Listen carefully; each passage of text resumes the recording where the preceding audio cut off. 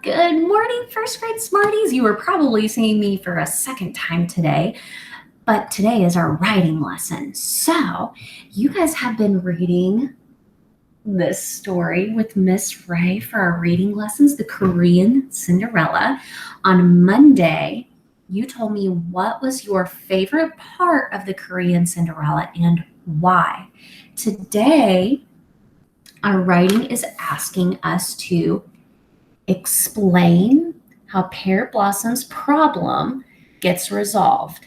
Include details from the text. We have a very noisy cat in the background.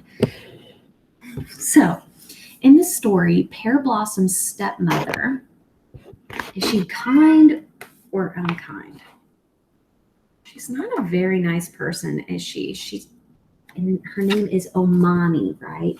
So we know that Omani does not like Pear Blossom, does not like her. She's not kind to her. And she makes her do these silly chores, right? Because what is she trying to do? She's trying to get rid of Pear Blossom, right? She doesn't want her to live at home anymore. She wants her to go away. And so she has her do these tasks and chores that would be impossible, right? So we learn that there are three big problems that Pear Blossom has in the story. So you will get to choose which problem you want to do. But first, I want us to think of a sentence starter that we can have. So we're talking about a problem that who had? Pear Blossom, right? So I'm going to start my sentence by saying Pear Blossom, because that's who I'm writing about. And Pear Blossom's name is in our writing topic. So Pear Blossom.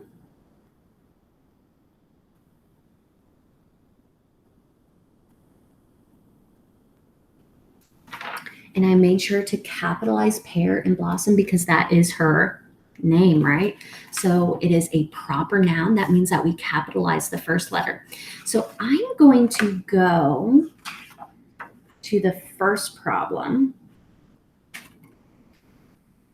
On this page, I'm going to read it and then we're going to figure out what her problem was and how that problem was resolved. It says, each year was worse than the one before, for her father grew too feeble to pay attention to Pear Blossom's problems. Okay, so I'm going to skip on down. It says, but nothing could hide Pear Blossom's beauty. At night, Omani lay sleepless, searching for an excuse to get rid of her stepdaughter.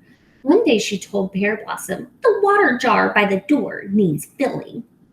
It leaks, Omani, Pear Blossom said, for it has a hole the size of an onion.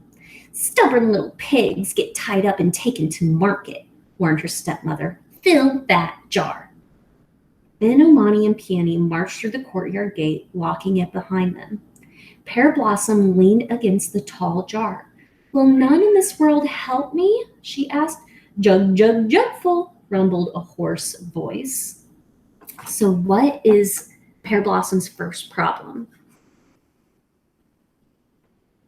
The jar is broken, right? And she has to fill it, or what's going to happen to her? She's going to get sent to the market. Okay, let's see how this problem gets resolved. A Togabi, Pear Blossom gasped. A goblin. What if a Togabi goblin were hiding in the jar? Fearfully, she stood on tiptoe and peered inside. A gigantic frog with bulging eyes stared back. Jugful, it croaked again, and squeezed itself like a stopper in the hole in the jar. As you wish, agreed Pear Blossom. For frog or goblin, it was best to do its bidding. She hurried to the well and drew a jug full of water. When she poured it into the jar, not a drop leaked out. So, what was Pear Blossom's first problem? She had to fill that broken jar. How was that problem resolved? that frog goblin. It's kind of cool, isn't it? The story is so unique. The frog goblin did what? Fill the hole. So you could say Pear Blossom. Now I'm gonna look at all three and then choose which one I want to write about. So I have to explain what the problem is and how it got resolved. So let's go to the next problem in the story. It says the next morning, Omani scattered a huge sack of rice around the courtyard. Hold this rice, little pig, she ordered. Polish every grain or else, she shook the empty bag. You'll be put in this sack and sent to China. So what does she have? What is Pear Blossom's problem? She has to hold the rice. That means she has to take the shell off the rice. Rice covered the ground like sand beside the sea. Pear Blossom threw her ears around the pear tree and asked, will none in this world help me? Wings whirred overhead, and a flock of sparrows flew out of the tree. Cheer, cheer, cheer, the sparrows called to Pear Blossom. They pecked at the rice, separating husk from kernel. In a matter of minutes, the sparrows had polished the rice and piled it in a corner. So, what's Pear Blossom's second problem in the story? She has to hull the rice, right? But that is really hard to do alone. She has to take the husk from the kernel. And to do that with each grain of rice, it's like sand on a beach. It is very hard to do. So who helped Pear Blossom hull the rice? The sparrows, right? The sparrows got it in their beaks and took the husk from the kernel. All right, so we have one more problem. They have this really beautiful festival in the village, and does Pear Blossom get to go with her stepmother and Peony? What does her stepmother make her do? Let's find out. Pigling may go, said Omani in a voice as sweet as barley sugar, after she weeds the rice paddies. She handed Pear Blossom a basket of wilted turnip tops. Here is Pigling's picnic. I am most grateful, honorable mother, said Pear Blossom. I've got to stop right there for a second. What is something that Pear Blossom has in common with all the other Cinderella characters? She is always respectful. Okay, unpause. When she reached the fields, Pear Blossom dropped the basket in dismay. Rice rippled before her like a great green lake. Weeding it would take weeks. So taking the weeds out of these rice paddies are these murky, watery areas. And so taking the weeds out of these rice paddies would take weeks. Who could do such a task, she asked.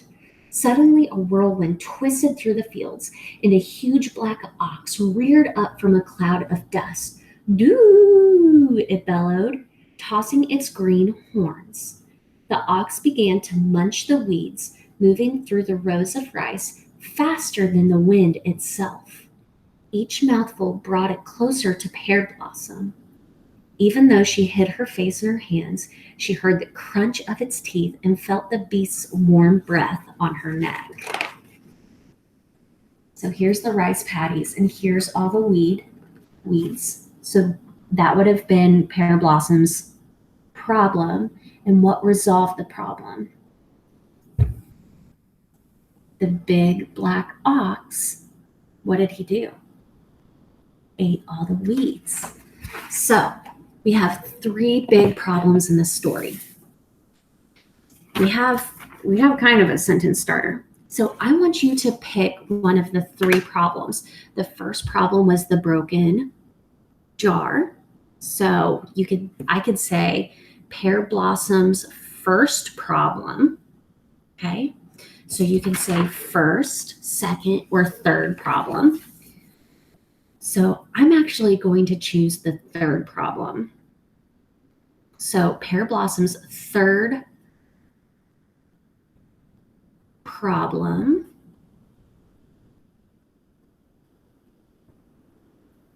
and I'm going to write the words first, second, and third in the illustration box so you can see it.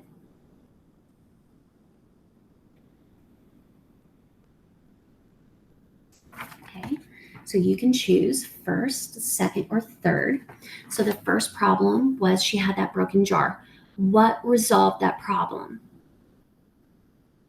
The frog goblin, right? The frog goblin, what did he do? He filled the hole. Isn't that awesome? What a nice little goblin.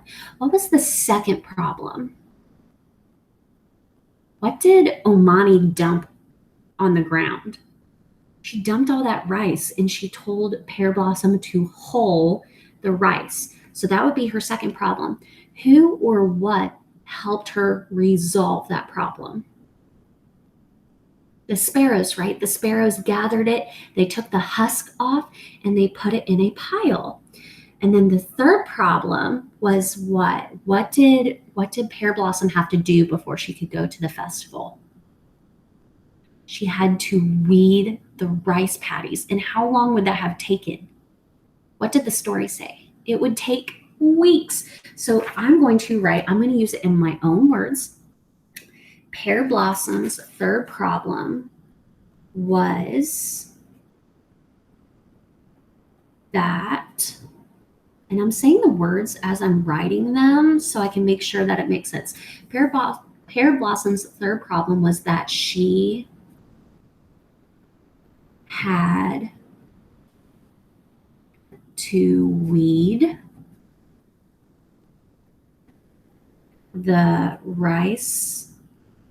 Now, if I'm having trouble remembering how a word is spelled, I can go back in my text. Do not forget to use that YouTube link to the book so you can find it. So I'm going to go to the part in the book where she has to weed the rice paddy so I can make sure I know how to spell that correctly.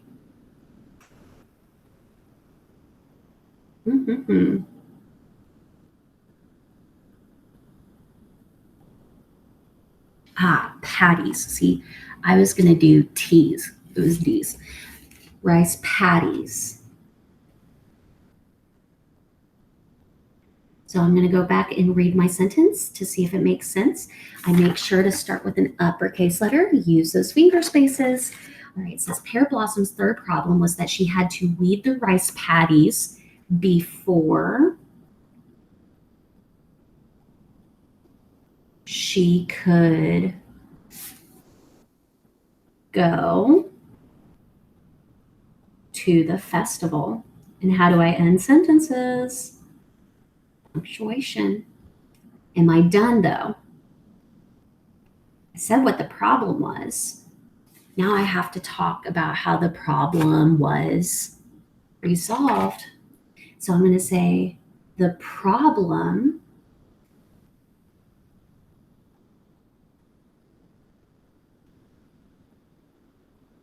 was resolved. Ooh, that ED tells me that it happened in the past. So who helped resolve that problem in the rice paddies? When that black ox, what did he do? He ate all the weeds. When the black, ooh, digraph CK, when the black ox ate all the weeds.